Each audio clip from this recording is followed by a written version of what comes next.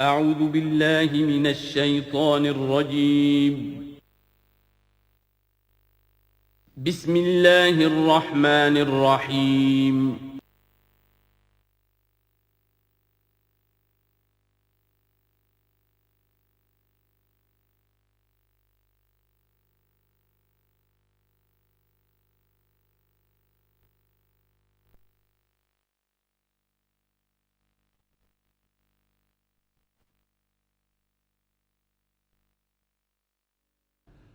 الحمد للہ وکفیٰ والصلاة والسلام علی عبادہ الذین اصطفیٰ، خصوصاً علی افضلہم وخاتم النبیین محمد الامین وعلی اجمعین. اما بعد فاعوذ باللہ من الشیطان الرجیم. بسم اللہ الرحمن الرحیم. رب اشرح لي صدري ويسر لي امري واحلل عقدة من لساني يفقهوا قولي. اللهم ربنا انس وحشتنا في قبورنا وارحمنا بالقرآن العظيم. اللهم اجعله لنا اماما ونورا وهدى ورحمة. اللهم ذكرنا منه ما نسينا وعلمنا منه ما جهلنا وارزقنا تلاوته آناء الليل وآناء النهار واجعله لنا حجة يا رب العالمين آمین. کل دو نشستوں میں تعارف قرآن کے ضمن میں جن عنوانات پر گفتگو ہو چکی ہے ان میں سے ایک تشنا رہا قرآن حکیم کی ترتیب اور تقسیم. اس کی تدوین کے بارے میں گفتگو ہماری مکمل ہو چکی تھی کہ قرآن حکیم کی تدوین 3 مراحل میں مکمل ہوئی. اولاً خود حضور صلی اللہ علیہ وسلم نے اللہ تعالیٰ ہی کے حکم سے قرآن مجید کو مرتب کر دیا اور اس مرتب شکل میں امت کو منتقل کیا. ترتیب معین ہو چکی تھی لیکن وہ کتابی شکل میں ما بین الدفترین جمع نہیں ہوا. اس کے بعد دوسرا مرحلہ آیا حضرت ابوبکر صدیق رضی اللہ تعالی عنہ کے عہد خلافت کے دوران، جب بہت سے حفاظ شہید ہو گئے جنگ یمامہ میں تو تشویش پیدا ہوئی کہ قرآن حکیم کو کتابی شکل کے اندر مرتب بھی کر لیا جائے، جمع کر لیا جائے. چنانچہ یہ کام حضرت ابوبکر صدیق کے عہد خلافت میں پورا ہو گیا اور اس کے لیے مصحف کا نام حضرت عبداللہ ابن مسعود کی تجویز پر حضرت ابوبکر صدیق رضی اللہ تعالی عنہ نے طے کیا. لیکن اس کے چونکہ ابھی پڑھنے کے انداز میں لوگوں کو کافی آزادی دی گئی تھی کہ اپنے اپنے لہجے کے مطابق لوگ پڑھ سکتے ہیں، تو اس سے محسوس ہوا کہ اب اس کے لکھنے کے انداز میں بھی فرق آ رہا ہے. تو اس لیے ضرورت محسوس ہوئی کہ اس کا ایک اسکرپٹ، ایک رسم الخط جو متفق علیہ ہو، اجماعی ہو، وہ طے کر دیا جائے. چنانچہ یہ تیسرا مرحلہ حضرت عثمان رضی اللہ تعالی عنہ کے عہد خلافت میں طے پایا.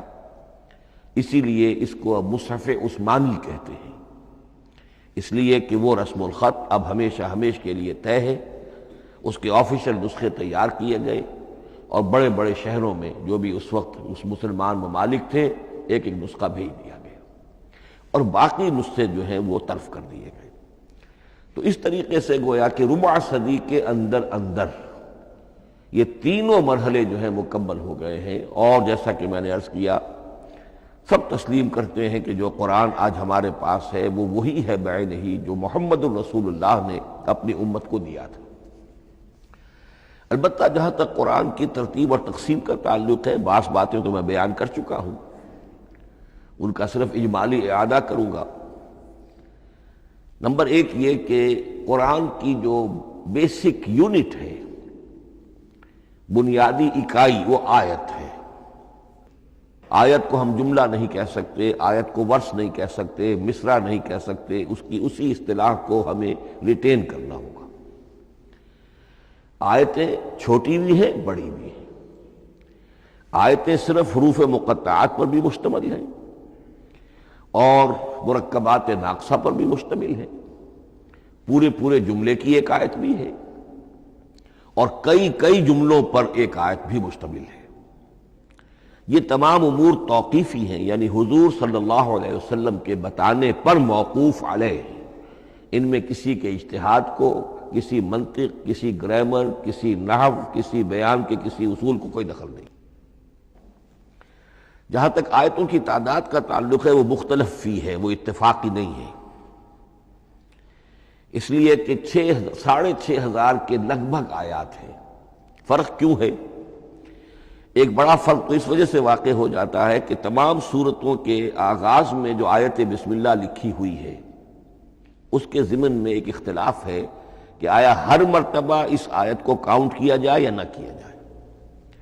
صرف ایک سورت ہے سورہ توبہ جس کے شروع میں آیت بسم اللہ نہیں ہے، باقی 113 سورتوں کے آغاز میں بسم اللہ لکھی ہوئی ہے، تو بعض حضرات اس کو سمجھتے ہیں کہ یہ کاؤنٹ نہیں کی جائے گی، بلکہ یہ تو در حقیقت صرف سورتوں کے درمیان فصل اور فرق قائم کرنے کے لیے یہ آیت بسم اللہ لکھ دی گئی ہے۔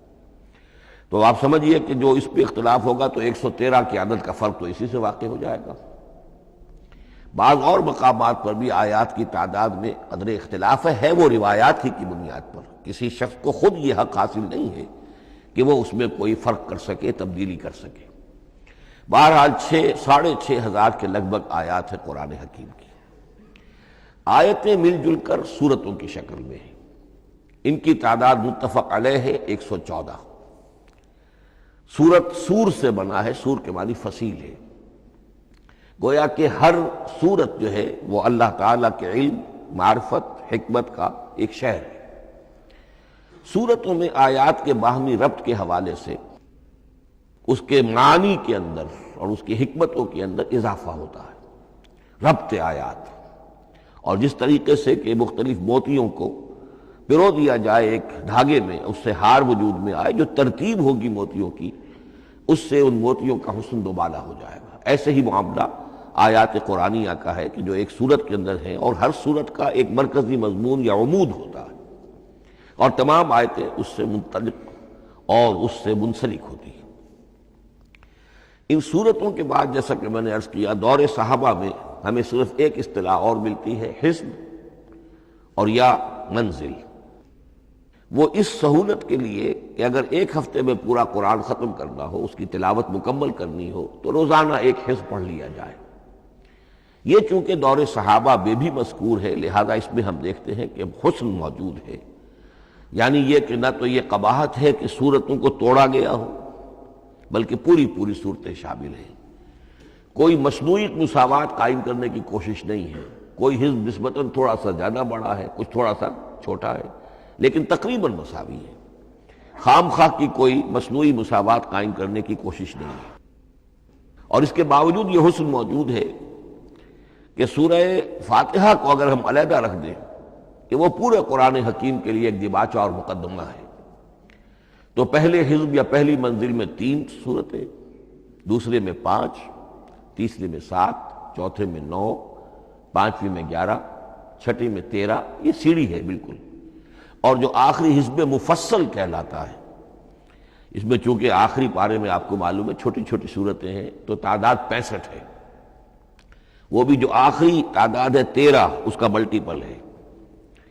بہرحال یہ حزب یہ بھی دور صحابہ میں اس کا تذکرہ ہمیں ملتا ہے۔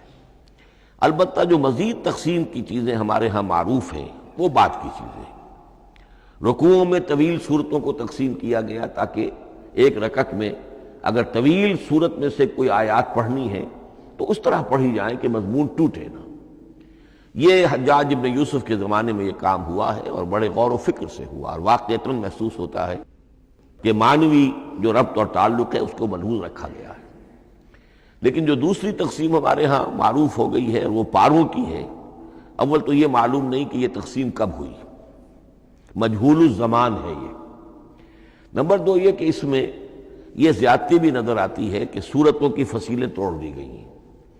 گویا کہ ایک مصنوعی مساوات قائم کرنے کے لیے کہ 30 دن میں اگر قرآن مجید ختم کرنا ہو، ہر مہینے میں ایک ختم قرآن کوئی شخص کرنا چاہے تو روزانہ ایک پارہ پڑھ کر، لیکن یہ کہ اس میں وہ حسن موجود نہیں ہے، بلکہ یہ قباحت موجود ہے کہ صورتوں کاٹ دی گئی۔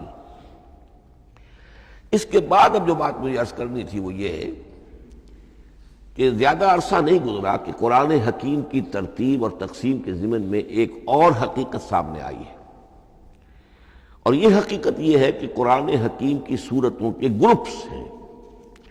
اب یہ چونکہ ایک بالکل ماضی قریب کا معاملہ ہے، اس سے پہلے یہ ذکر موجود نہیں تھا۔ اول تو یہ بات بھی مان لیجئے کہ قرآن مجید میں ترتیب اور نظم، اس کے بارے میں ہمارے اسلاف نے نہ کوئی زیادہ محنت کی اور نہ انہوں نے سمجھا کہ اس میں کوئی خاص ربط ہونا ضروری ہے۔ لیکن یہ کہ عہد حاضر میں مولانا حمید الدین فراہی رحمۃ اللہ علیہ ہندوستان میں ایک ایسے عالم پیدا ہوئے کہ جنہوں نے نظم قرآن کو اپنا خاص موضوع بنایا کہ یہ جو آیات باہم جوڑی گئی ہیں تو آخر کوئی حکمت ہے، سورتوں میں جو ربط قائم کیا گیا ہے یقیناً حکمت پر مبنی ہے، ورنہ سب سے سیدھی ترتیب تو جیسا کہ میں نے کل عرض کیا تھا یہ ہوتی ترتیب نزولی سے قرآن کو مرتب کر دیا جاتا۔ لیکن یہ کہ سورتیں آپ کو معلوم ہے طویل صورتوں میں ایسا بھی ہے کہ وہ ایک وقت میں نازل نہیں ہوئی بلکہ متعدد اوقات میں، اور سورہ بقرہ جو ہے وہ تقریباً 2 سال میں اس کی جو تنزیل ہے وہ مکمل ہوئی۔ تو پھر کچھ آیتوں کو جوڑنا، کس کو کہاں رکھنا ہے، کس کو کہاں رکھنا ہے، تو یہ حضور صلی اللہ علیہ وسلم نے خود کیا ہے، اللہ تعالیٰ کے حکم سے کیا ہے، تو یہ چیزیں حکمت سے خالی تو نہیں ہو سکتی۔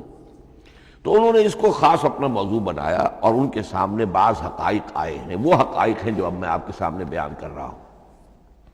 اس میں ایک اشکال ہو سکتا ہے، اسے میں چاہتا ہوں کہ پہلے رفع کر دوں کہ یہ چیز اگر ہمارے اسلاف کے نظر میں نہیں آئی اور ان کی توجہ ادھر نہیں ہوئی تو یہ تو گویا کہ ایک بڑی مشکوک سی بات ہوگی۔ قرآن مجید کے علم کے ضمن میں گویا کہ متقدمین کے فہم پر ہمیں کچھ تان کرنا ہوگا، لیکن یہ بات درست نہیں ہے۔ قرآن مجید ایک ایسی کتاب ہے جس کے بارے میں خود حضور نے جو فرمایا لا تنقضی عجائبہ، اس قرآن کے عجائب کبھی ختم نہیں ہوں، ولا یخلق عن کثرت الرد، بار بار کے پڑھنے سے اس پر کوئی پرانا پن، کوئی بوسیدگی طاری نہیں ہوگی، ولا یشبع منہ العلماء، اور کبھی اہل علم اس سے سیری محسوس نہیں کریں گے۔ تو قرآن مجید لا تنقضی عجائبہ، جیسے جیسے دنیا آگے بڑھ رہی ہے، تمدن آگے بڑھ رہا ہے، علم انسانی جو ہے مادی فزیکل سائنسز کا علم آگے بڑھ رہا ہے، قرآنی حقائق اور مبرہن ہو رہے ہیں، اور واضح ہو رہے ہیں، اور نکھر رہے ہیں۔ بہت سی باتیں ہمارے اسلاف کے علم میں نہیں آ سکتی تھی، اس لیے کہ ابھی انسانی معلومات کا دائرہ بہت ہی محدود تھا۔ ذوالقرنین کون تھے؟ اب چونکہ تاریخ مفسرین کے علم میں نہیں تھی تو سکندر اعظم کو سمجھا گیا کہ ذوالقرنین ہے، حالانکہ سکندر کی شخصیت اور ذوالقرنین کی وہ شخصیت جو قرآن میں بیان ہوئی ہے دونوں میں کوئی مناسبت ہے ہی نہیں۔ اسی طریقے کا معاملہ یہ کہ نظم قرآن کا ایک پہلو کہ جو ابھی پوری طریقے سے آشکارا نہیں ہوا تھا، یہ دور وہ ہے کہ جس میں اللہ کی فضل و کرم سے وہ بات بھی اب کھل کر سامنے آئی ہے، اور اس سے در حقیقت توثیق ہو رہی ہے حضور کے اس فرمان کی کہ لا تنقضی عجائبہ، اس کے عجائب کبھی ختم نہیں ہوں گے۔ انسان محنت کرے گا، کوشش کرے گا، یہ ہیروں کی ایک ایسی کان ہے جس میں سے اور ہیرے نکلتے چلے جائیں گے۔ اس کے ضمن میں ایک بات تو میں نے آپ سے کل عرض کر دی تھی اور آج پھر بھی کہی ہے، سورتوں میں بھی ایک ربط ہے، آیات جو سورتوں کے اندر جوڑی گئی ہیں، پھر سورتیں اکثر و بیشتر جوڑوں کی شکل میں ہیں۔ اس کی کچھ مثالیں بھی کل میں نے آپ کو دی تھی۔ قرآن مجید کی ایک آیہ مبارکہ ہے وَمِن كُلِّ شَيْءٍ خَلَقْنَا زَوْجَيْنِ لَعَلَّكُمْ تَعْقِلُونَ یا لَعَلَّكُمْ تَذَكَّرُونَ، مجھے پوری طرح یاد نہیں ہے۔ ہم نے ہر شے کو جوڑوں کی شکل میں پیدا کیا، اگرچہ اس کو چونکہ قرآن مخلوق نہیں ہے ہم اس پر اس کا اطلاق نہیں کریں گے، لیکن من کل شیء خلقنا زوجین، اس میں اس قدر کیٹیگوریکل سٹیٹمنٹ ہے کہ معلوم ہوتا ہے کہ یہ اصول اتنا اللہ تعالیٰ کے ہاں اتنا پسندیدہ ہے کہ قرآن مجید کی صورتوں میں بھی یہ صورتوں کے بھی جوڑوں کی شکل میں ہونا یہ بہت ہی اظہر من الشمس ہے۔ بعض جگہوں پر تو اظہر من الشمس ہے، بعض جگہوں پر ذرا تدبر کر کے بات معلوم ہوتی ہے۔ البتہ کہیں کہیں آپ کو نظر آئے گا کچھ منفرد صورتیں بھی ہیں، اور ان میں سے بعض یا جب دوران ترجمہ یہ چیزیں آئیں گی تو اب میں صرف اس وقت حوالہ دے سکوں گا، بڑی تیزی سے ہمیں چلنا ہوگا، اس وقت میں چاہتا ہوں کہ ذہن میں یہ حقائق بیٹھ جائیں۔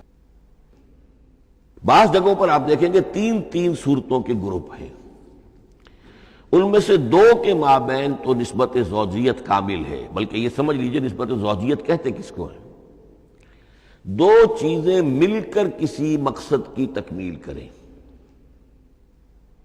ان دونوں میں ایسی نسبت ہونی چاہیے ریسیپروکل کہ وہ ایک دوسرے کی تکمیل کے لیے اور کسی مقصد کے حصول کے لیے ان کے مابین ایک تعلق قائم ہو، یہ زوجیت ہے۔ اسی طریقے سے قرآن مجید میں جب صورتیں آتی ہیں جوڑوں کی شکل میں تو کسی مضمون کا ایک رخ وہ ایک صورت میں آ جائے گا، اس کا دوسرا رخ دوسری صورت میں آ جائے گا، اور دونوں مل کر جسے ہم کہتے ہیں تصویر کے دونوں رخ، وہ رخ مکمل ہو جائیں گے، بات پوری ہو جائے گی۔ البتہ بعض جگہوں پر ہے کہ تین تین صورتوں کے سب گروپس ہیں۔ میں اس معاملے میں گروپ کا لفظ ریٹین کر رہا ہوں اس لیے کہ قدیم تو یہ تصور تھا نہیں، جدید اصطلاح ہے، تو اس میں چونکہ اب بہت سے الفاظ انگریزی زبان کے اب اردو میں آ گئے ہیں کہ اس کی جگہ کوئی اور بہت ہی کوئی کوشش کر کے لفظ آیا جائے تو وہ شاید زیادہ عام فہم نہیں ہوگا، یا عام فہم ہے۔ تو گروپس اور سب گروپس، چھوٹے گروپ بڑے گروپ، تو یہ چھوٹے گروپ جو ہے تین تین صورتوں کے، ان میں سے دو کے مابین تو نسبت زوجیت بتمام و کمال ہوگی، اور تیسرے کی حیثیت ضمیمے کی ہوگی۔ اس کی مثالیں بعد میں آئیں گی۔ البتہ یہ جو ضمیمے ہوتے ہیں خود ان کے، یا جو دوسری منفرد صورتیں ہیں، خود ان میں آپ کو فصل کے ساتھ نسبت زوجیت مل جائے گی۔ اس سے آگے چلیے، اب اصل ہے وہ شے جس کو میں آج چاہتا ہوں بیان کرنا۔ قرآن حکیم کی صورتوں کی ایک گروپنگ اس اعتبار سے سامنے آئی، کچھ صورتیں مکی پھر مدنی، پھر مکی پھر مدنی، پھر مکی پھر مدنی، پھر مکی پھر مدنی۔ ایسا کیوں ہے؟ بڑی قابل غور بات ہے، اس میں کوئی حکمت ہے؟ اور عجیب بات یہ سامنے آئی، اس اعتبار سے بھی قرآن کے 7 گروپ بنتے ہیں، ہر گروپ میں ایک یا ایک سے زائد مکی صورت اور پھر ایک یا ایک سے زائد مدنی صورتیں، ایک گروپ پورا ہو گیا۔ دوسرے گروپ میں پھر ایک یا ایک سے زائد مکی صورت، پھر ایک یا ایک سے زائد مدنی صورتیں، وہ پھر گروپ مکمل ہو گیا۔ یہ گروپ بھی قرآن حکیم میں 7 ہے۔ یہ گروپ جو ہے قرات کے لیے نہیں ہے، یہ گروپ جو ہے معنوی تقسیم ہے، غور و فکر کے اعتبار سے، کہ ہر گروپ کا ایک عمود ہے، ایک مرکزی مضمون ہے، اور اس جس طریقے سے صورتیں دو مل کر ایک مضمون کی تکمیل کرتی ہیں، اسی طرح ہر گروپ کی مکی اور مدنی صورتیں مل کر ایک بڑے مضمون کی تکمیل کرتی ہیں۔ اس طریقے سے گویا کہ یہ قرآن مجید میں 7 گروپ ہیں بڑے بڑے، جو کہ جس میں کہ صورتیں جو ہیں وہ جمع کی گئی ہیں۔ مثلاً میں اب آپ کو اشارتاً بتا دوں، پہلے گروپ میں سورہ مکی جو ہے وہ صرف ایک ہے، سورہ فاتحہ، تعداد میں تو ایک ہے، وہ اپنے حجم کے اعتبار سے چھوٹی بھی ہے لیکن بہت بھاری صورت ہے۔ وَلَقَدْ آتَيْنَاكَ سَبْعًا مِنَ الْمَثَانِي وَالْقُرْآنَ الْعَظِيمِ، محض اس صورت کو بھی قرآن عظیم کہا گیا ہے۔ لیکن ایک صورت مکی سورہ فاتحہ، پھر 4 طویل ترین صورتیں مدنی، بقرہ، آل عمران، نساء، مائدہ۔ دوسرے گروپ میں 2 صورتیں مکی، 2 مدنی، الانعام، الاعراف مکیات، الانفال، التوبہ مدنیات۔ تیسرا گروپ چلتا ہے، 14 صورتیں مسلسل چلی جا رہی ہیں مکی، سورہ یونس سے، سورہ یونس، سورہ ہود، سورہ یوسف، سورہ رعد، سورہ ابراہیم، چلتے جائیے، سورہ حجر، سورہ نحل، سورہ بنی اسرائیل، سورہ کہف، سورہ مریم، سورہ طٰہٰ، سورہ انبیاء، سورہ حج اور سورہ مومنون، 14 صورتیں۔ اب آئی ایک مدنی صورت، سورہ نور۔ یہ تیسرا گروپ مکمل ہو گیا۔ چوتھے گروپ میں بھی یہی بات آپ کو نظر آئے گی۔ الفرقان سے سورہ سجدہ تک 8 صورتیں مکی ہیں، اور پھر ایک صورت آتی ہے سورۃ الاحزاب، وہ مدنی ہے۔ اب یہ جو ایک ایک صورتیں آئی ہیں، سورہ نور اور سورہ احزاب، ہر شخص کو اندازہ ہو جائے گا یہ آپس میں جوڑے کی شکل رکھتی ہیں، ان کے مضامین بہت ایک دوسرے سے مشابہ ہیں، بہت مشابہ ہیں۔ لیکن یہ کہ وہ اس طریقے کا جوڑا نہیں ہے کہ اسی گروپ میں ان کا جوڑا موجود ہو، اس کا جوڑا جو ہے وہ دوسرے گروپ میں ہے۔ پھر آئیے پانچواں گروپ ہے سورہ سبا سے احقاف تک، یہ 13 صورتیں مکی ہیں، اور پھر سورہ محمد صلی اللہ علیہ وسلم سے سورۃ الحجرات تک 3 صورتیں مدنی ہیں، یہ کل 16 صورتیں ہیں۔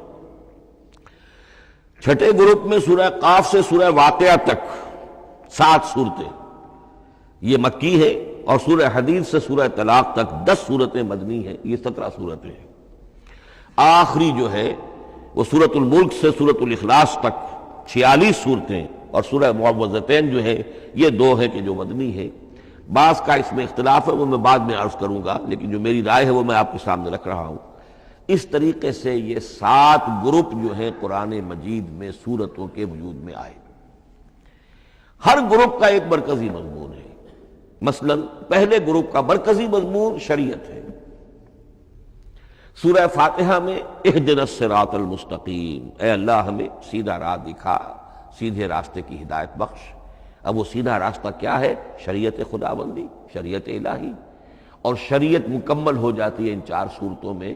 شریعت محمدی کا جو بلو پرنٹ ہے، ابتدائی خاکہ جو ہے وہ آپ کو سورہ بقرہ میں ملے گا، اور اس کی جو تکمیلی صورتیں ہیں، تکمیلی احکام ہے، وہ سورہ مائدہ۔ اس کے علاوہ اس گروپ میں جو زیادہ زور ہے وہ سابقہ امت مسلمہ سے گفت و شنید۔ سابقہ امت مسلمہ میں یہودی اور نصارہ دونوں شامل ہیں۔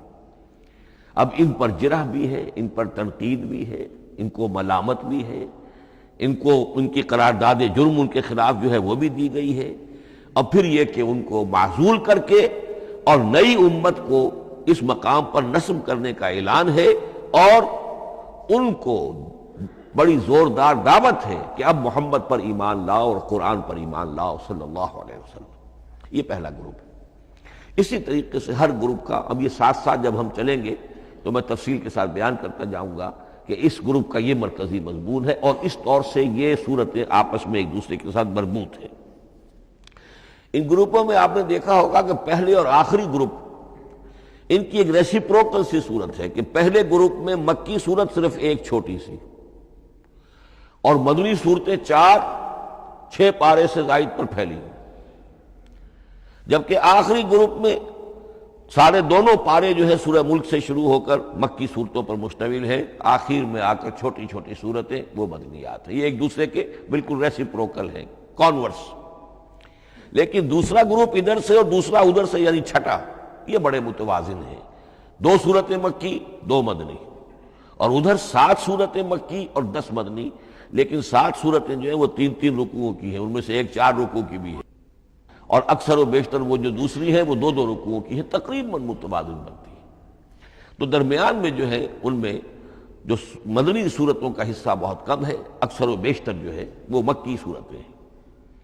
ان مکی صورتوں کے اندر بھی جو 6 گروپ تقریباً بنتے ہیں، اس لیے کہ پہلی گروپ کے اندر تو مکی صورت صرف سورہ فاتحہ ہے، تو ان میں سے پہلے 2 گروپوں میں رسالت کا مضمون مرکزی مضمون ہے، درمیانی 2 گروپوں میں توحید کا مضمون مرکزی مضمون ہے، آخری 2 گروپوں میں انذار آخرت کا مضمون مرکزی مضمون ہے۔ آخری صورتیں آپ کو معلوم ہے سورہ قاف سے شروع ہو کر، تو پھر یہ انذار آخرت جو ہے ان سب کا مرکزی مضمون ہے۔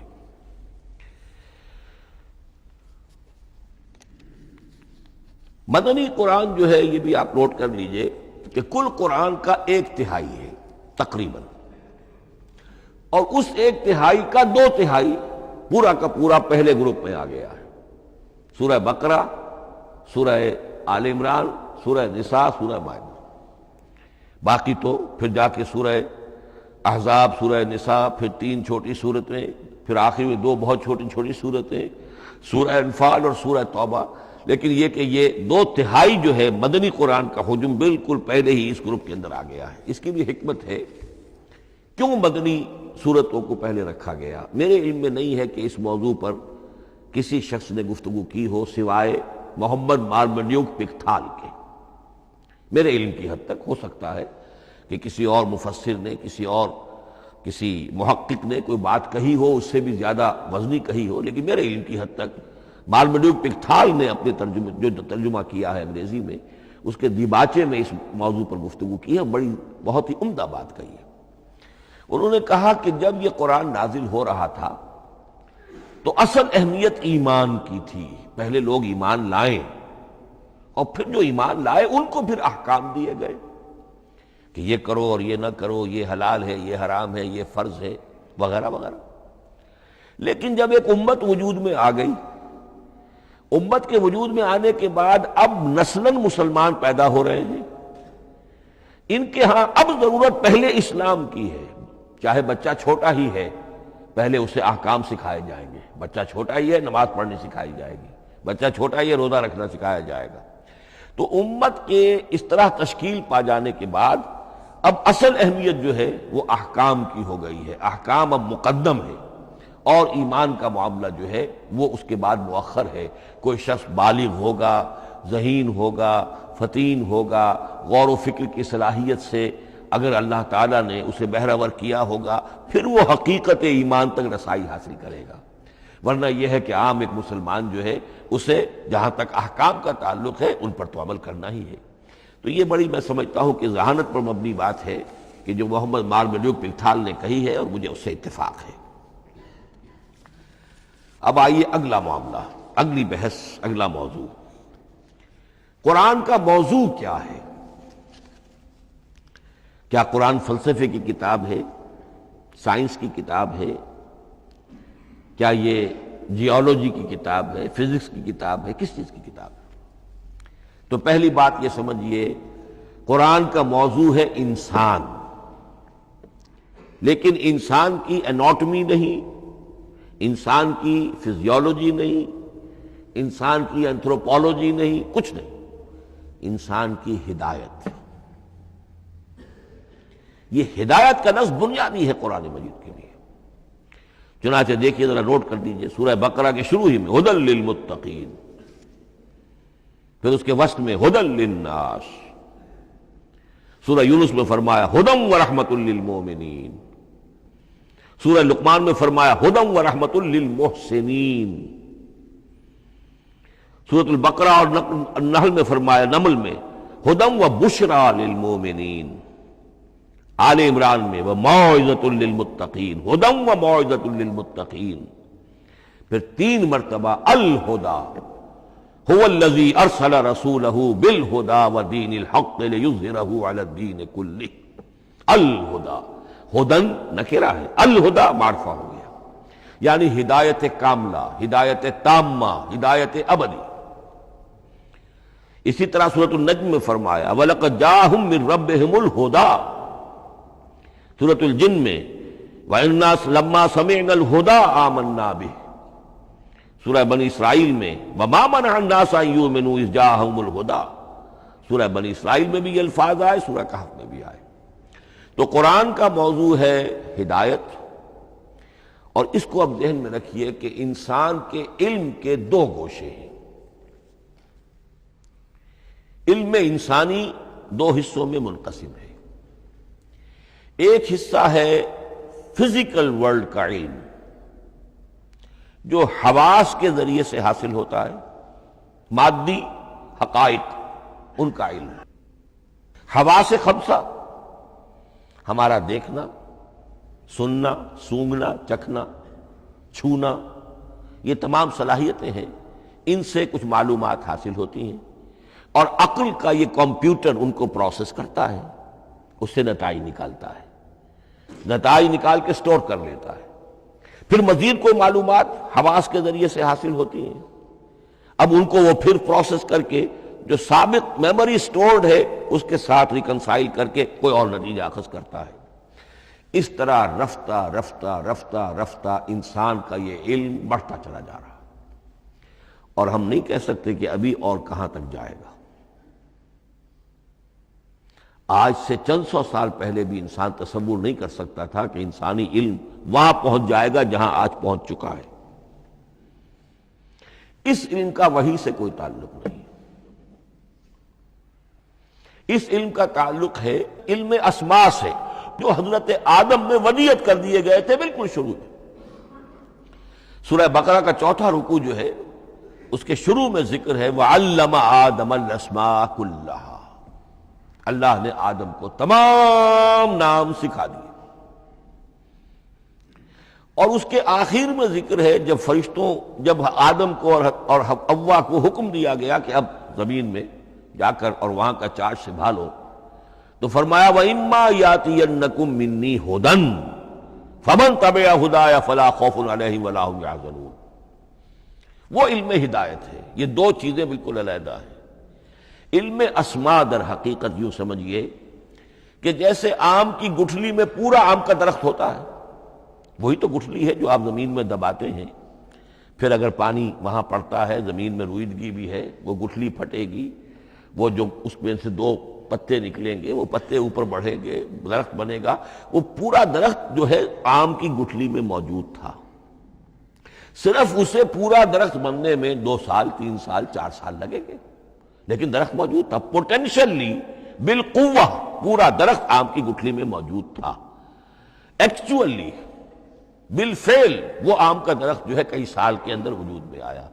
بعین ہی یہ معاملہ ہے، کل مادی حقائق کا کل علم حضرت آدم علیہ السلام کے وجود میں ودیعت کر دیا گیا پوٹینشلی۔ اب اس کی ایکسفولیشن ہو رہی ہے، وہ بڑھتا جا رہا ہے، برگ و بار لا رہا ہے، اور یہ علم جو ہے اس کا تعلق جیسا کہ میں نے عرض کیا آسمانی ہدایت سے نہیں ہے۔ اب یہ خود رو پودا ہے، بڑھتا چلا جا رہا ہے، اور کہاں تک پہنچے گا؟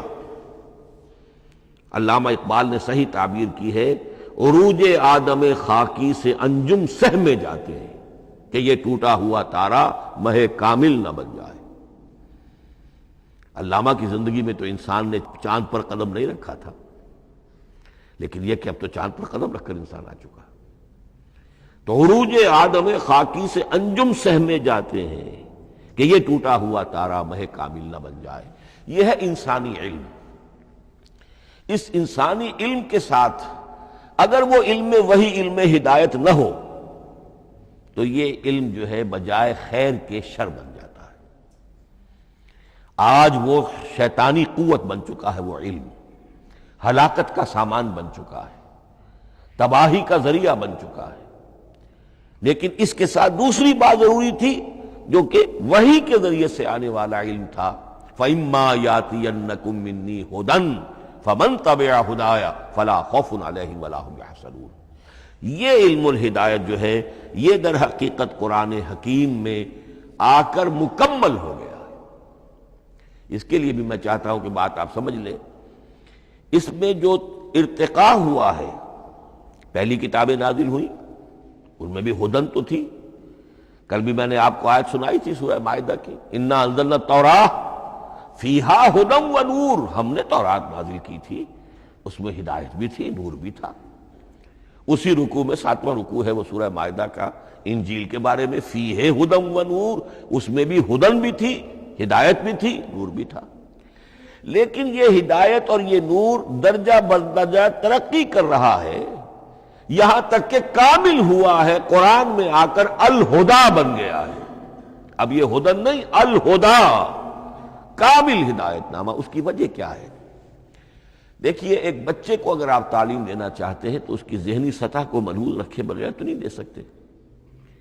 آپ چاہے پی ایچ ڈی استاد رکھ دیں کسی بچے کے لیے، بچہ بھی پرائمری کی تعلیم پا رہا ہے، وہ پی ایچ ڈی کا استاد کیا کچھ پلا دے گا اس کو، کیا پڑھا دے گا اس کو؟ اس کی اپنی استعداد جو ہے ابھی اتنی کم ہے کہ اسی کی مناسبت سے اسے تعلیم دی جائے گی، رفتہ رفتہ وہ آگے بڑھے گا، یہاں تک کہ وہ اپنے پوری عقل کے اور شعور کی پوری شدت اور قوت کو پہنچ جائے گا، بلوغت کو پہنچ جائے گا۔ اب اسے آخری علم پڑھایا جائے گا، اب اسے فلسفہ پڑھایا جائے گا، پہلے وہ ہسٹری پڑھ رہا تھا، اب فلسفی آف ہسٹری پڑھے گا۔ اس حوالے سے تدریجاً اللہ تعالیٰ نے تورات میں صرف احکام ہے، حکمت ہے ہی نہیں، انجیل میں حکمت ہے، احکام ہے ہی نہیں، دونوں مل کر ایک بات کو مکمل کرتی ہیں۔ تورات میں صرف احکام ہے، حکمت ہے ہی نہیں۔ جیسے کہ میں نے عرض کیا تھا، بچے کو آپ بتا دیتے ہیں بھئی روزہ ٹوٹ جاتا ہے اس طریقے سے، روزے کا مطلب یہ ہے اب دن بھر کھانا کچھ نہیں ہے، چاہے بچہ ابھی 6 سال کا ہے، 7 سال کا ہے، 8 سال کا ہے، آپ بتا رہے ہیں احکام تو دے دیے جائیں، یہ کرو یہ نہ کرو، یہ ڈوز ہیں یہ ڈونٹس ہیں۔ تو احکام عشرہ، دی 10 کمانڈمنٹس، احکام دیے گئے، حکمت نہیں۔ ابھی حکمت کا تحمل ان کے لیے ممکن نہیں تھا، ابھی وہ عہد طفولیت ہے نوع انسانی کا۔ یوں سمجھیے کہ آج سے 3500 سال قبل کا انسان، 1400 قبل مسیح میں تورات دی گئی ہے حضرت موسیٰ علیہ السلام کو۔ اب یہ 2000 مسیح آنے والا ہے تو 3400 سال پہلے کی بات ہے، تو انسانی ذہن ابھی جس سطح پر تھا، یہاں تک کہ 2000 سال پہلے حضرت مسیح علیہ السلام کے بھی یہ الفاظ انجیل میں موجود ہیں، اب بھی موجود ہیں۔ اپنے حوارین سے آپ نے فرمایا تھا ابھی مجھے تم سے اور بھی بہت سی باتیں کہنی تھیں، مگر ابھی تم ان کا تحمل نہیں کر سکو گے، جب وہ فارقلیت آئے گا تو تمہیں سب کچھ بتائے گا۔ یہ پیشین گوئی تھی محمد الرسول اللہ صلی اللہ علیہ وسلم۔ ابھی تم تحمل نہیں کر سکتے، ابھی 600 برس اور چاہیے تمہاری ذہنی بلوغت کے لیے۔ تو الہدا مکمل ہوا ہے قرآن حکیم میں آ کر۔ البتہ ایک نقطہ اس میں نوٹ کیجئے، قرآن مجید اگرچہ کتاب ہدایت ہے، سائنس کی کتاب نہیں ہے، لیکن اس میں سائنٹیفک فینومینا کی طرف اشارے موجود ہیں۔ چونکہ قرآن مجید ان تمام جو بھی یہ کائناتی حقائق ہیں، ان سب کو آیات الہیہ قرار دیتا ہے۔ ان فی خلق السماوات والارض واختلاف اللیل والنہار والفلک التی تجری فی البحر بما ينفع الناس وما انزل اللہ من السماء من ماء فاحیا بہ الارض بعد موتها وبث فیہا من کل دابۃ وتصریف الریاح والسحاب المسخر بین السماء والارض لآیات لقوم یعقلون۔ یہ سب نشانیاں ہیں اللہ کی قدرت، اللہ کی عظمت، اللہ کے علم کامل، اللہ کی حکمت بالغہ، سب نشانیاں۔ تو یہ جو فزیکل فینومینا ہے ان کی طرف قرآن ریفر کرتا ہے۔ بعض حقائق وہ ہے کہ جن کا تعلق اسٹرانومی سے ہے، کل فی فلک یسبحون، یہ تمام اجرام سماویہ جو ہیں یہ اپنے اپنے مدار میں تیر رہے ہیں، معلوم ہوا ہر شے حرکت میں ہے۔ انسان پر تو ایک دور ایسا گزرا ہے وہ یہ سمجھتا تھا زمین ساکن ہے اور سورج حرکت کر رہا ہے، پھر ایک دور آیا کہا نہیں سورج ساکن ہے، زمین حرکت کرتی ہے، اس کے گرد چکر لگاتی ہے، اور آج ہمیں معلوم ہوا ہر شے حرکت میں ہے، ہر شے۔ سورج کا بھی اپنا ایک مدار ہے، اس میں وہ حرکت کر رہا ہے اپنے پورے کنبے کو لے کر۔ یہ پورا سولر سسٹم اس کا کنبہ ہے، اس پورے کنبے کو لے کر وہ بھی ایک مدار میں حرکت کر رہا ہے۔ تو معلوم کل فی فلک یسبحون۔ اب یہ کل کا لفظ جس طرح منقع ہو کر، جس طرح مبرہن ہو کر، جس شان کے ساتھ آج وہ ہویدا ہوا ہے، واضح ہوا ہے، آج سے پہلے انسان کو معلوم نہیں تھا۔ تو یہ جو فزیکل فینومینا ہے جن کی طرف قرآن مجید ریفر کرتا ہے، یہ اگرچہ قرآن کا اصل موضوع نہیں ہے، لیکن ایک بات جان لیجئے کہ قرآن مجید میں ان فزیکل فینومینا کے بارے میں جو بات کہی گئی ہے وہ غلط نہیں ہو سکتی، اور یہ وہ حقیقت ہے کہ جو اس دور میں آ کر اتنی واضح ہوئی ہے۔ آپ نے نام سنا ہوگا ڈاکٹر مورس بکائی کا، یہ فرانسیسی سرجن تھے، انہوں نے مطالعہ کیا، کمپیریٹو اسٹڈی کی قرآن بائبل دونوں کی، بائبل سے مراد اولڈ ٹیسٹمنٹ نیو ٹیسٹمنٹ دونوں، اور وہ اس نتیجے پر پہنچا کہ پورے قرآن میں کوئی ایک لفظ ایسا نہیں ہے جسے ہماری ساری سائنسی انکشافات میں سے کسی نے غلط ثابت کیا، جبکہ تورات میں بے شمار چیزیں ایسی ہیں کہ سائنس انہیں غلط ثابت کر چکی ہے۔ The science, the Quran and the Bible. اب یہ بات بڑی اہم ہے، اس کو بڑی خوبصورت انداز میں ڈاکٹر رفیع الدین مرحوم نے کہا ہے کہ یہ کائنات اللہ کا فعل ہے، عمل ہے، اس کی تخلیق ہے، اس کی تدبیر ہے، اور قرآن اللہ کا قول ہے۔ قول و عمل میں تضاد ممکن نہیں، عام انسان کے قول و عمل میں تضاد ممکن نہیں، اللہ کے قول و فعل میں اور قول و عمل میں تضاد ہو سکتا ہے۔ ہاں یہ ہو سکتا ہے کہ ایک دور میں انسانوں نے بات سمجھی نہ ہو، ان کا ذہن وہاں تک پہنچا نہ ہو، ان کی معلومات کا دائرہ ابھی اس حد تک ہو کہ ان حقائق تک نہ پہنچا ہو، لیکن جیسے جیسے وقت آئے گا مزید حقائق منکشف ہوں گے، اور یہ بات اور زیادہ سے زیادہ واضح سے واضح تر ہوتی چلی جائے گی کہ جو کچھ قرآن میں لکھا ہے وہی برحق ہے۔ ہاں آج سے پہلے انسانی ذہن اس حد تک رسائی حاصل کرنے کا اہل نہیں تھا۔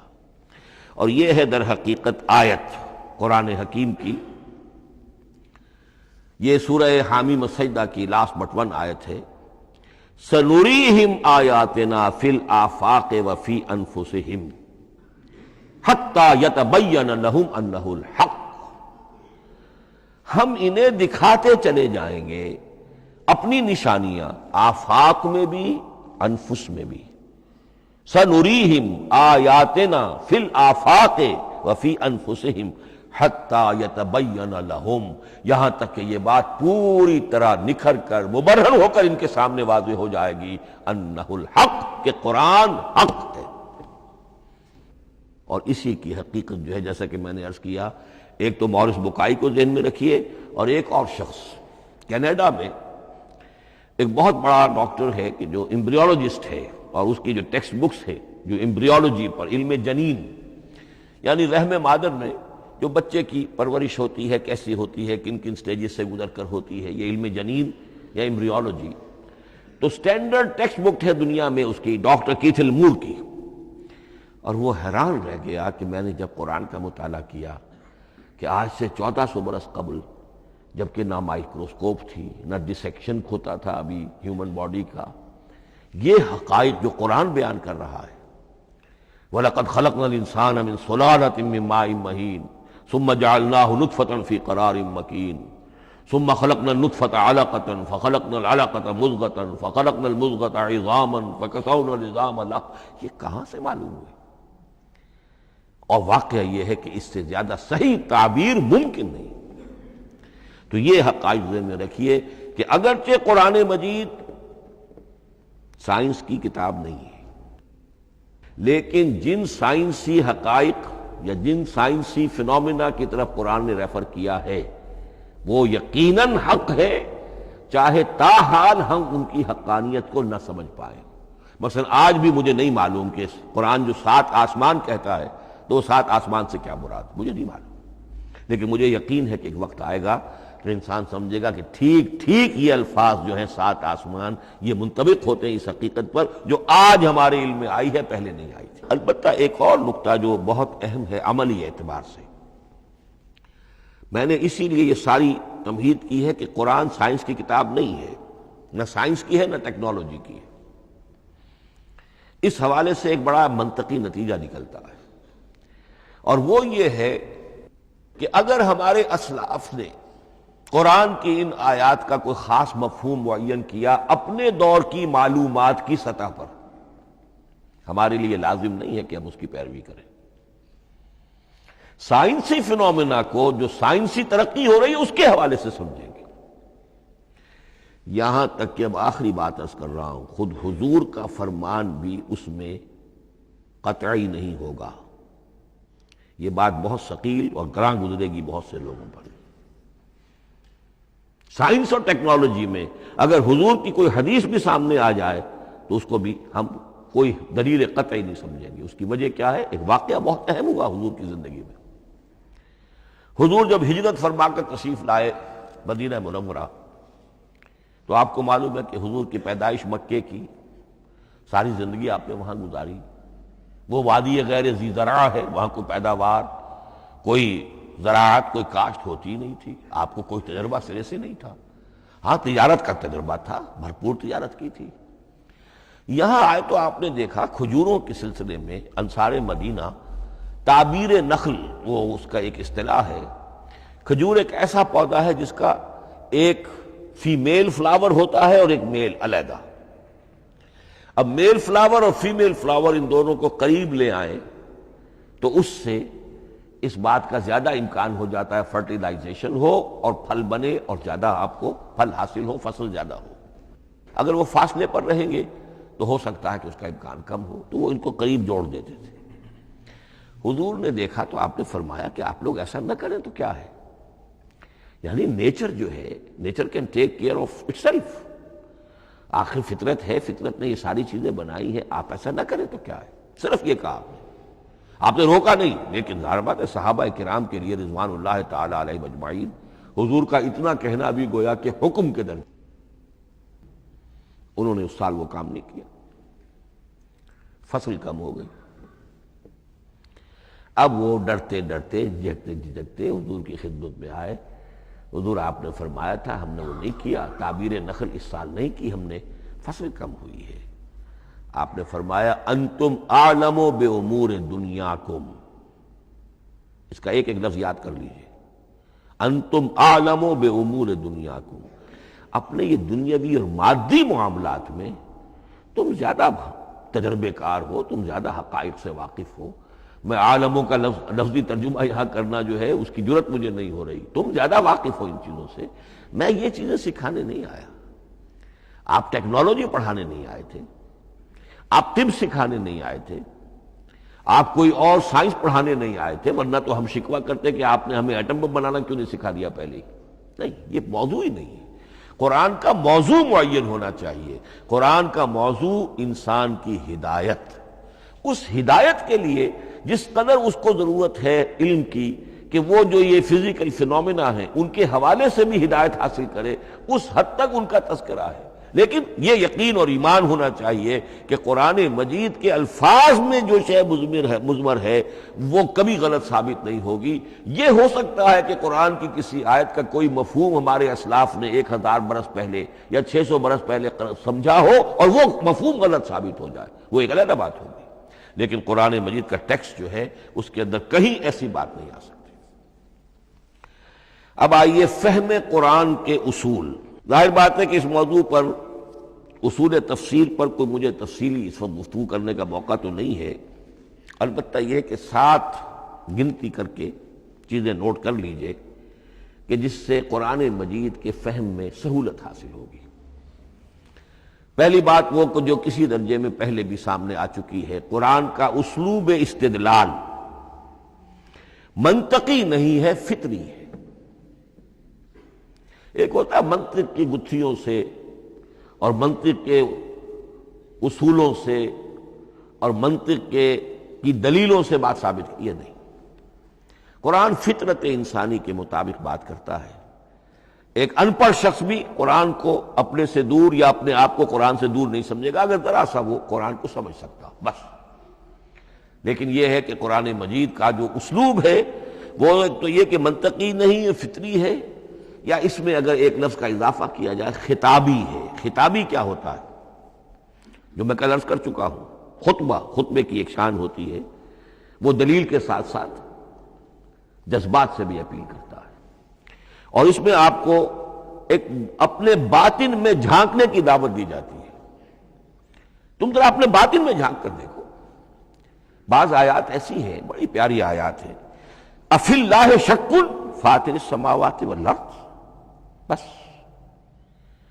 کیا اللہ کی ہستی میں بھی کوئی شک ہو سکتا ہے جو آسمان اور زمین کا پیدا کرنے والا ہے؟ غور کرو، سوچو۔ تو یہ صرف آپ کے دروں بینی، آپ کو اپنے اندر جھانکنے کی دعوت ہے۔ اسی طرح اَإِنَّكُمْ لَتَشْهَدُونَ أَنَّ مَعَ اللَّهِ آلِهَةً أُخْرَىٰ، کیا واقعتاً تم اس کی گواہی دیتے ہو کہ اللہ کے ساتھ کوئی اور بھی الہ ہے؟ یہ گویا کہ کسی کے آنکھوں میں آنکھیں ڈال کر پیئرسنگ آئیز کے ساتھ کسی سے سوال کرنا، کیا واقعی؟ اور اس میں در حقیقت کون سی ہے پس منظر میں؟ یہ بنائے ہوئے ڈھکوسلے ہیں، ان پر خود تمہارا دل مطمئن نہیں ہے۔ تم کہتے تو ہو یہ ہمارا عقیدہ ہے اور یہ ہماری بات ہے اور یہ ہمارا موروثی عقیدہ ہے، ھذا ما وجدنا علیہ آباءنا، ہم نے آباء، لیکن واقعتاً غور تو کرو، کیا واقعی تم گواہی دیتے ہو کہ اللہ کے سوا کوئی اور الہ بھی موجود ہے؟ اس کو آپ کہیں گے خطابی انداز۔ نمبر 2، قرآن حکیم میں 2 طرح کی آیات ہیں، محکمات اور متشابہات۔ یہ سورہ آل عمران کے شروع میں یہ بہت اہم مضمون جو ہے وہ آ گیا ہے۔ هو الذی انزل علیک الکتاب منہ آیات محکمات ہن ام الکتاب واخر متشابہات، آل عمران آیت نمبر 7۔ اب یہ جو متشابہات ہیں یہ کون سی ہیں اور محکمات ہیں وہ کون سی ہیں، اس کو ذہن میں رکھیے۔ نمبر 1، محکم قطعی، تمام جتنی بھی آیات احکام ہیں وہ محکم ہیں، یہ کرو یہ نہ کرو، یہ جائز یہ حرام، آیات احکام محکم، اسی ایک مادے سے لفظ بنا ہے یہ، محکم بھی اور احکام حکم۔ البتہ عالم غیب کی ساری خبریں متشابہات میں سے، عالم غیب ہو، عالم ارواح ہو، عالم برزخ ہو، عالم آخرت ہو، ان کے تمام حقائق یہ متشابہات میں سے، ان کو ہم حقیقتاً سمجھ نہیں سکتے، ہمارا تجربہ ہی نہیں، ہمارا کوئی مشاہدہ ہی نہیں۔ جیسا کہ ایک حدیث میں آیا ہے، جنت کی جو بھی نعمتیں ہیں، ایک تو وہ نعمتیں جن کا ذکر قرآن میں ہے اور ان الفاظ میں ہے جن سے ہم واقف ہیں۔ اب ان میں تو یہ ہے کہ حور و قصور اور پھل اور یہ اور دودھ اور شہد اور وغیرہ وغیرہ وغیرہ، وہ چیزیں ہم جانتے ہیں، تو وہ بھی حق ہے، ایسے ہی ہوں گی، اتوب ہی متشابہہ، لیکن یہ صرف نزل ہے، یہ تو ابتدائی مہمان نوازی ہے۔ نزل من غفور رحیم، جو اصل ضیافت ہونی ہے اہل جنت کی، اس کے بارے میں فرمایا وہ نعمتیں دینے ملیں گی، ما لا عین رات ولا اذن سمعت وما خطر علی قلب بشر، جو نہ کسی آنکھ نے کبھی دیکھی، نہ کسی کان نے کبھی سنی، نہ کسی انسان کے دل پر ان کا خیال تک وارد ہو، انہیں ہم کیا سمجھیں گے؟ تو عالم برزخ، عالم آخرہ، عالم غیب، عالم ارواح، ان کی تمام چیزوں کو ہم آیات متشابہات میں سے سمجھیں گے۔ البتہ یہ جو سائنٹیفک فنومینا والی باتیں ہیں مادی علوم کی، ان میں یہ ہے کہ متشابہ اور محکم ہونے کا معاملہ بدلتا چلا جا رہا ہے۔ جب تک وہ ہمارا سائنسی علم وہاں تک نہیں پہنچا تھا، وہ آیت ابھی متشابہ تھی، سمجھ میں نہیں آ رہی تھی، لیکن اب جب کہ وہ بات وہاں پہنچ گئی اور کھل گئی بات، اب معلوم ہوا کل فی فلک یسبحون، اب یہ آیت محکمات میں آ گئی، اب یہ وہ بات نہیں رہی کہ جس کا صحیح مفہوم سمجھنا ہمارے لیے مشکل ہو۔ تیسری بات، تفسیر اور تعویل میں کیا فرق ہے؟ تفسیر کا عام طور پر لفظ استعمال ہوتا ہے لفظی طور پر، الفاظ کی بحث، نحوی بحث، قواعد گرامر جو ہے ان کے حوالے سے جو بحث کی جائے گی وہ تفسیر ہے، اور اس کی اصل حقیقت اور مدلول کو سمجھنے کی جو کوشش کی جائے گی وہ تعویل ہے۔ تو یہ دو الفاظ جو ہیں یہ مختلف ہوں گے، تفسیر اور تعویل۔ نمبر 4، تعویل عام اور تعویل خاص، یہ بہت اہم موضوع ہے۔ دیکھیے قرآن مجید نازل ہوا ایک خاص ٹائم اینڈ سپیس پس منظر میں، آج سے 1400 برس قبل 610 عیسوی سے لے کر 632 عیسوی تک نازل ہوا، حجاز میں نازل ہوا۔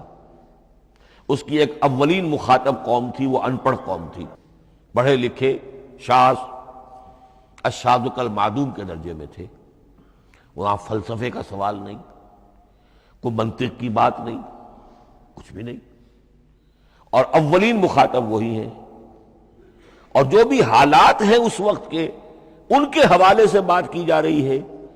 اب قرآن مجید کی ہر آیت پر اولاً غور ہوگا اس اعتبار سے، جب یہ نازل ہوئی ہے تو اس کا اس وقت کیا مفہوم سمجھا گیا،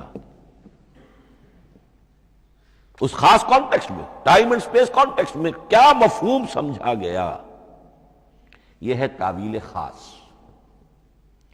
لیکن اب دوسری طرف دیکھیے، یہی کتاب ہدایت ہے ابد الآباد تک کے لیے، اسی کتاب کو 20ویں صدی عیسوی کے انسان کے لیے بھی ہدایت نامہ بننا ہے۔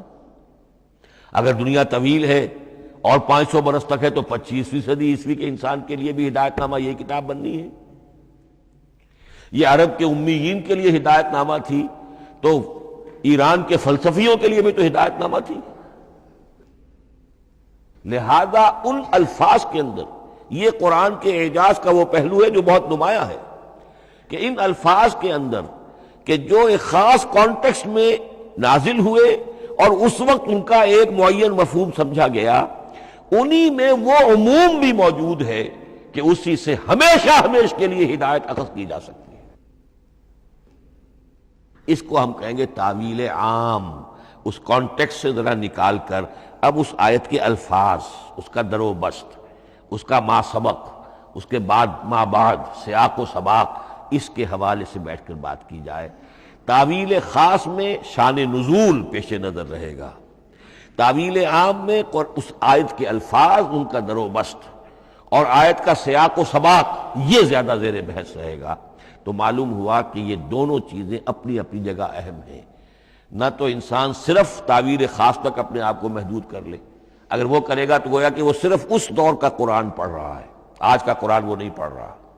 قرآن کے اندر تو واقعتاً یہ شان ہے کہ میں جس کے لیے الفاظ یہ استعمال کیا کرتا ہوں کہ ہر دور کے افق پر ایک خورشید تازہ کے مانند طلوع ہوگی یہ کتاب۔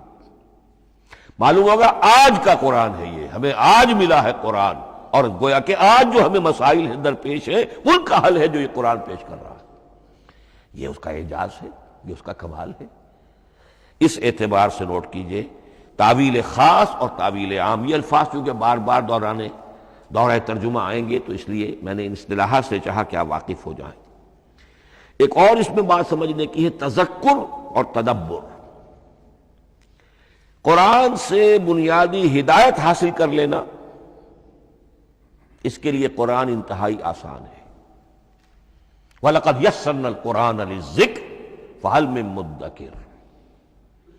ذرا سی انسان کو عربی آتی ہو کہ براہ راست قرآن کا مفہوم آپ کے ذہن اور قلب پر نازل ہوتا چلا جائے، بس قرآن کا اصل جو پیغام ہے، جو اس کی اصل ہدایت ہے، اس کی تمثیل یوں سمجھیے کہ سمندر میں اگر کوئی آئل ٹینکر جو ہے ٹوٹ جائے تو میلوں جو آئل ہوتا ہے وہ سطح سمندر کے اوپر پھیل جاتا ہے، سطح پر رہے گا، نیچے تو جائے گا نہیں۔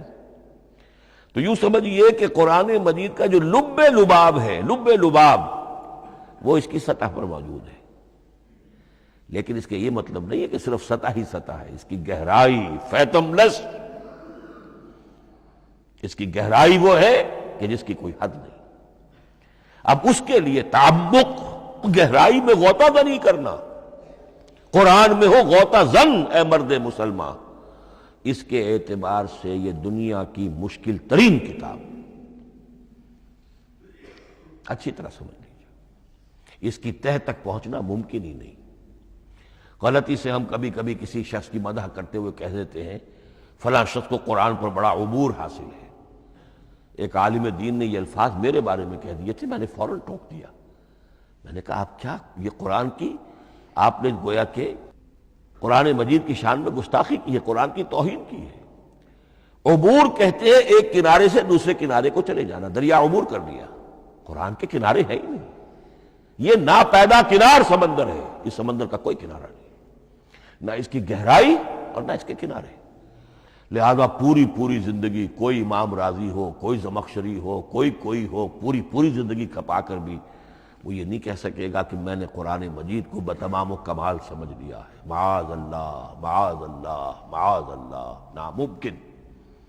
وراء الورا ثم وراء الورا، یہ ہے تذکر اور تدبر۔ اس کے لیے تو پوری زندگی انسان کھپائے، پورا وقت اس کے لیے لگائے، پوری صلاحیت کھپا دے، تب بھی وہ بہت سی جگہوں پر پھر بھی کہے گا واللہ عالم۔ امام رازی کو بھی نہ معلوم کتنے مقامات پر جا کر یہ کہنا پڑا ہے کہ اللہ بہتر جانتا ہے۔